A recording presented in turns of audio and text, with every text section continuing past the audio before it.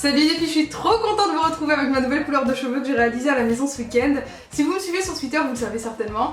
Et j'ai passé le cap, j'avais envie depuis très longtemps d'avoir cette couleur de cheveux. Et avec mon petit ombré de mars-avril, j'ai fait quelques tentatives. Et je me suis lancée du coup pour avoir quelque chose de plus clair, plus harmonieux et qui me corresponde plus. Alors pour le coup, ce que j'ai fait, je vais vous montrer tout de suite déjà si vous voyez de dos.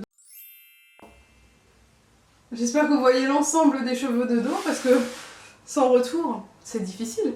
Et pour le coup, je suis trop contente parce que je cherchais justement cette couleur depuis super longtemps. Lorsqu'on est brune, c'est pas forcément facile de venir petit à petit vers ces tons dorés qui tirent pas vers le orange.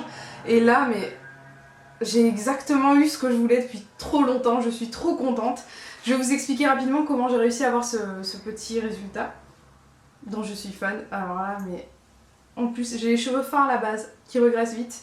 Et la couleur et la décoloration, moi, ça me les a vraiment, on va dire, asséchés, mais ça a donné beaucoup de corps. Donc si vous avez des cheveux comme moi, je pense que ça va énormément vous aider de ce côté-là. Moi, en tout cas, j'en suis vraiment fan. Alors ce que j'ai fait, c'est que contrairement à la fois dernière, j'ai pris une mèche sur deux, non pas une sur trois. Alors j'ai pris une mèche sur deux et je les ai décolorées. Vraiment sur la quasi-longueur. Hein. J'ai pas forcément voulu faire un ombré cette fois-ci. J'ai appliqué la crème décolorante donc sur l'ensemble des mèches que je désirais décolorer sans pour autant les sélectionner. J'ai pas fait une mèche sur deux de façon très définie, j'ai voulu un petit peu un résultat un peu fou et je pense qu'on le voit là, le résultat. Il n'y a pas forcément mèche décolorée, mèche normale, mèche décolorée, mèche normale. Ça se mélange et c'est exactement ce que je voulais justement. Alors, je les ai décolorées, je les ai placées sur une feuille en alu.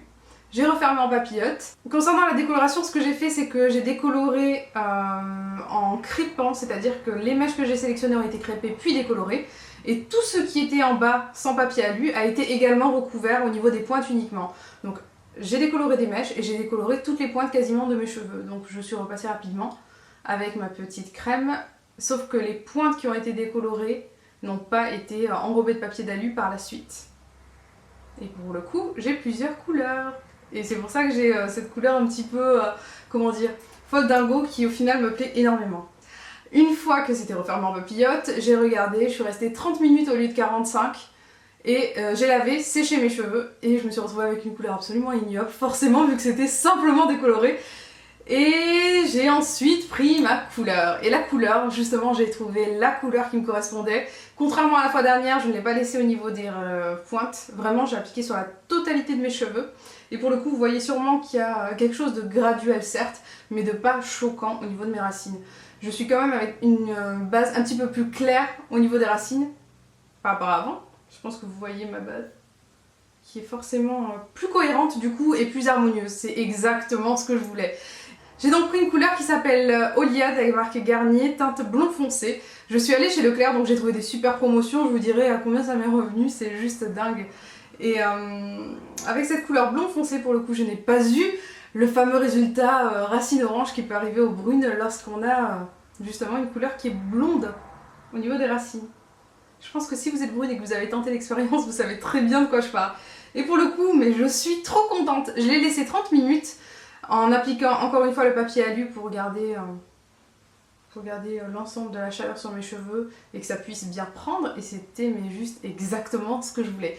J'ai séché mes cheveux, je les ai coiffés, je les ai mis en raid, en bouclé. Bien entendu, moi je suis fan du bouclé donc je préfère largement les ondulés au fer à lisser.